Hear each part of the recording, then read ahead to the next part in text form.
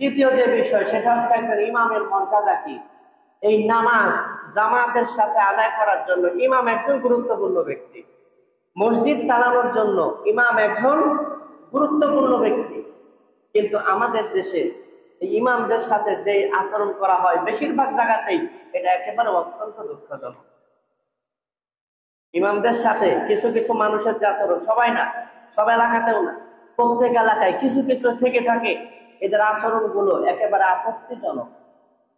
তো আজকে আপনাদেরকে একটু আমি জানানোর চেষ্টা করি যে ইমামের মর্যাদাটা কতখানি। মুসলমান ভাইয়েরা আমার, বন্ধুরা আমার, রাসূল আরবি সাল্লাল্লাহু আলাইহি ওয়াসাল্লামের সাহাবী হযরত আবু হুরায়রা রাদিয়াল্লাহু তাআলা আনহু তিনি বর্ণনা করতেছেন, উকিমাতিস সালাতু ফাসাওয়ান নাসু সুফুফাহুম। আল্লাহ নবী সাহাবী হযরত আবু হুরায়রা রাদিয়াল্লাহু তাআলা আনহু বলতেছেন, নামাজের কাতারগুলো দাঁড়ায় গিয়েছে, নামাজের জন্য ইকামত দিয়ে দেওয়া হয়েছে, মানুষেরাও কাতারবন্দী হয়ে দাঁড়াইছে। এবার মুসলমান লক্ষ্য করার বিষয়, এই হাদিসের মধ্যে আল্লাহর নবী দাঁড়িয়েছেন এইটা কিন্তু বলা নাই।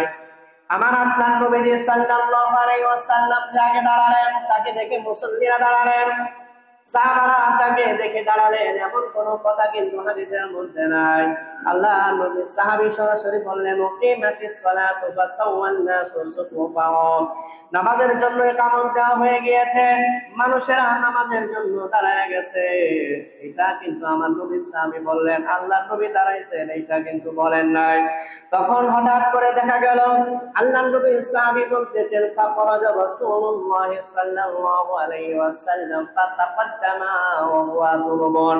নবীজি সাল্লাল্লাহু আলাইহি ওয়াসাল্লাম মানুষেরা নামাজের জন্য যখন ইকামত দেওয়া হয়ে গিয়েছে, মানুষেরা নামাজের জন্য দাঁড়ায় গেছে, তাহলে দুইটা কাজ শেষ, ইকামত শেষ, মানুষেরা কাতার বন্দী হয়ে গিয়েছে। আল্লাহর নবী সাহাবী হযরত আবু হুরায়রা রাদিয়াল্লাহু তাআলা আনহু বলেন, আল্লাহর নবী সাল্লাল্লাহু আলাইহি ওয়াসাল্লাম আমাদের সামনে এসে সবার সামনে গিয়ে দাঁড়ালেন। ওই সময়ে আমার নবীজির উপরে গোসল ফরজ ছিল, যে কোনো কারণে নবীজি ফরজ গোসল করতে পারেন নাই। এই অবস্থায় নবীজি সাল্লাল্লাহু আলাইহি ওয়াসাল্লাম সবার সামনে গিয়ে দাঁড়াইলেন। সবার সামনে গিয়ে নবীজি সাল্লাল্লাহু আলাইহি ওয়াসাল্লাম বলেন, আলা মাকানিকুম।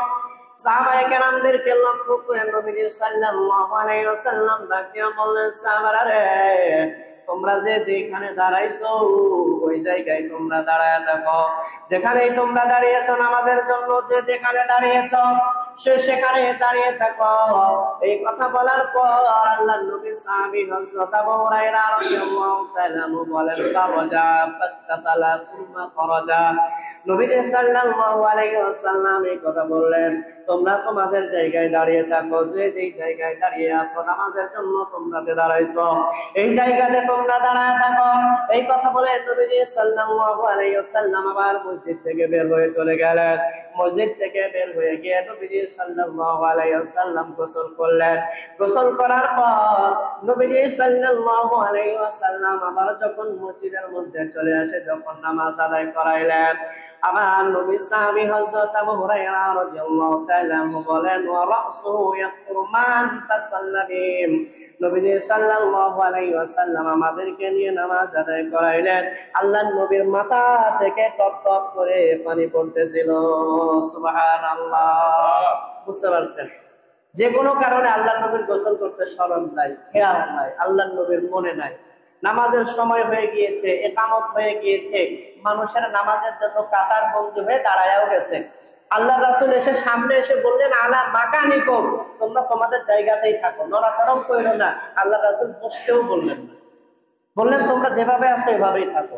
এই কথা বলে বাড়িতে চলে গেলেন। বাড়িতে চলে গিয়ে গোসল করলেন, গোসল করে এসে নামাজ আদায় করালেন। আচ্ছা, ইকামত হয়ে গেছে, ইকামত হয়ে গেছে, নামাজের জন্য মানুষ কাতার বন্দী হয়ে দাঁড়ায়ও গেছে। এরপরে আল্লাহ রাসূল এসে বললেন যে আমার গোসলের হাজত আছে, তোমরা এখানে থাকো, আমি গোসল করে আসি। গোসল করে এসে এরপরে আল্লাহ রাসূল নামাজ আদায় করলেন। এইটা যদি আমাদের সময় হয়ে যাইতো তাহলে ইমামের চাকরি থাকাটাই বড় কষ্টকর হয়ে যায়। বর্তমান সময়ে বেশিরভাগ জায়গার যে অবস্থাটা, কিন্তু একটা সাধারণ বিষয়, এটা হতেই পারে, তাই না? এটা হতেই পারে, প্রয়োজন হতেই পারে। কিন্তু আমাদের দেশে আমরা কিন্তু এরপরেও বেশিরভাগ জায়গায় তারা খুব সতর্ক থাকে যে এরকম যাতে কোনো কথাবার্তা না উঠতে পারে। অনেক সময় দেখা যায় পেশাবের চাপ আছে অনেক ইমামের, এখন যদি ওযু করতে যায় 30 সেকেন্ড দেরি হইতে পারে, কিছু কিছু মুসল্লি থাকে 5 সেকেন্ড দেরি করতে ওরা। সব জায়গায় না, সব লোক না, অনেক জায়গার অনেক লোক এরকম করে, তারা 5 সেকেন্ড দেরি করতে রাজি না। এখন বাড়ি থেকে আসতেছে, যদি রুমটা যখন মসজিদে আছে তখন তো আগেই চলে আসে, অথবা বেশিরভাগ সময় ইমামরা সতর্কই থাকে যেহেতু এটা তার উপর কি সবচেয়ে গুরুত্বপূর্ণ দায়িত্ব, তাই না? তাকে রাখাই কিন্তু এই নামাজ আদায় করানোর জন্য, আর কোনো কিছুই না। নামাজ আদায় করাবে, শুক্রবারে বসে মানুষদেরকে একটু আখিরাতের পথে ডাকবে, এইটাই কিন্তু ইমাম রাখার একেবারে মূল উদ্দেশ্য। ইমাম সতর্ক থাকে, কিন্তু এরপরেও যদি কখনো কিছু হয়ে যায়, আমাদের দেশে কিন্তু কোনো ইমাম কিন্তু ছাড় পায় না। আমাদের দেশের বেশিরভাগ জায়গার অবস্থা, ইমাম ডানে গেছে তাতেও সমালোচনা, ইমাম বামে গেছে তাতেও সমালোচনা, ইমাম উত্তর দিকে গেছে তাতেও সমালোচনা, ইমাম দক্ষিণে গেছে তাতেও সমালোচনা। এটা হচ্ছে আমাদের দেশের অবস্থা বেশিরভাগ জায়গায়। কিন্তু সবচেয়ে আজব লাগে, এই ইমাম কে? এই ইমামটা কে? একজন ইমাম যে রেখেছেন বা রাখা হয়, মাদ্রাসার শিক্ষক যে রেখেছেন রাখা হয়, মুয়াজ্জিনদের রাখা হয়, এরা কারা? এরা হচ্ছে এক একজন আলেম, এক একজন আলেম। মুয়াজ্জিন যে হয়েছে না হলেও কিছু পড়ালেখা করেছে, কিছু জ্ঞান অর্জন করেছে। মাদ্রাসার শিক্ষক, সেও কিছু না কিছু শিখে তারপরে শিক্ষক হয়েছে। ইমাম যে হয়েছে, সেও কোরআন হাদিস পড়ে গবেষণা করে জেনে বুঝে তারপরে তাকে আপনারা রাখছেন, এমনি আপনি তো রাখেন নাই। আল্লাহ রাসূল বলেন আলেমদের সম্পর্কে একটা হাদিস, আলেমদের মর্যাদাটা কি? আল্লাহ রাসূল বলেন ইন্নাল উলামা ওয়ারাসাতুল আম্বিয়া, প্রত্যেক আলেম এক একজন নবীদের ওয়ারিস। সুবহানাল্লাহ। নবীদের ওয়ারিস কারা? আলেমরা নবীদের ওয়ারিস। আপনি এটা একটু চিন্তা করে দেখেন তো, আপনার এইখানে যদি এখন আল্লাহ রাসূল থাকতো আপনি কি করতেন? আপনি কি তার সমালোচনা করতে পারতেন? এই যে আমরা মিম্বারে বসি, কেন বসি? কেন আমরা বসতে চাই মিম্বারে? এই মিম্বারে তো আমার নবী বসছেন। এইখানে সাহাবাদেরকে ওয়াজ নসিহত, কোরআন হাদিস তো আল্লাহ রাসূলের নিজের জবান থেকে কোরআনের আয়াত নাযিল হয়েছে, আমার আল্লাহর নবী তো এখানে বসেই সাহাবাদেরকে শোনাইছেন, মানুষদেরকে শোনাইছেন। তাহলে এই কাজটা যে আমরা করতে চাই, আলেম হয়ে দাওরা হাদিস পাশ করে, ইফতা পাশ করে, কামিল পাশ করে, এই কাজটা যে আমরা করতে চাই, কেন করতে চাই? কারণ এটা আমার নবী করে গেছে। এই যে আমরা সবার সামনে দাঁড়ায় আমরা যে নামাজ আদায় করতে চাই, ইমামরা আমরা পিছনে দাঁড়াইতে আমাদের মনে কোনো শান্তি লাগে না, বুঝতে পারছেন? যারা ইমামতি করি তারা পিছনে দাঁড়াইতে তাদের মনের ভিতরে কোনো শান্তি আসে না। যদি 2-4 বছর করে বাদও দেয় তারপরেও মনে শান্তি পাবে না। তাহলে এই যে সামনে আমরা দাঁড়াইতে পছন্দ করি, কেন পছন্দ করি? কারণ এখানে আমার নবী দাঁড়াইছেন, আমার নবী ইমাম ছিলেন। আমরা কেন খুতবা দিতে পছন্দ করি? আমার নবী খুতবা দিতেন। আমরা কেন হাদিস পড়াইতে পছন্দ করি, কোরআন পড়াইতে পছন্দ করি? কারণ এই কোরআন শিখানো, হাদিস, এইগুলো সব আমার নবীর দায়িত্ব ছিলেন। আমার নবী বলেন বুইসতু মুআল্লিমান, আমি শিক্ষক হিসাবে প্রেরিত হয়েছি, আল্লাহ আমাকে পৃথিবীতে পাঠিয়েছেন শিক্ষক হিসাবে। আপনি এবার চিন্তা করেন তো, যদি কোনো সময় কখনো এমন হয়ে যায় কোনো মাদ্রাসার শিক্ষকের সাথে আপনি রাগান্বিত ভাবে কথা বলছেন, আপনি একটু চিন্তা করেন আপনি কার সাথে কথা বললেন, কার সাথে ধমক দিয়ে কথা বললেন। মুয়াজ্জিনের আযান দিতে 3 সেকেন্ড দেরি হয়েছে, এটা খুব মানুষ খেয়াল রাখে। কখনো 2 সেকেন্ড আগে দিছে, সেই দিনও দোষ হয়ে যায়, কি রে আজকে আবার তাড়াহুড়া করে আগে দিলি কেন?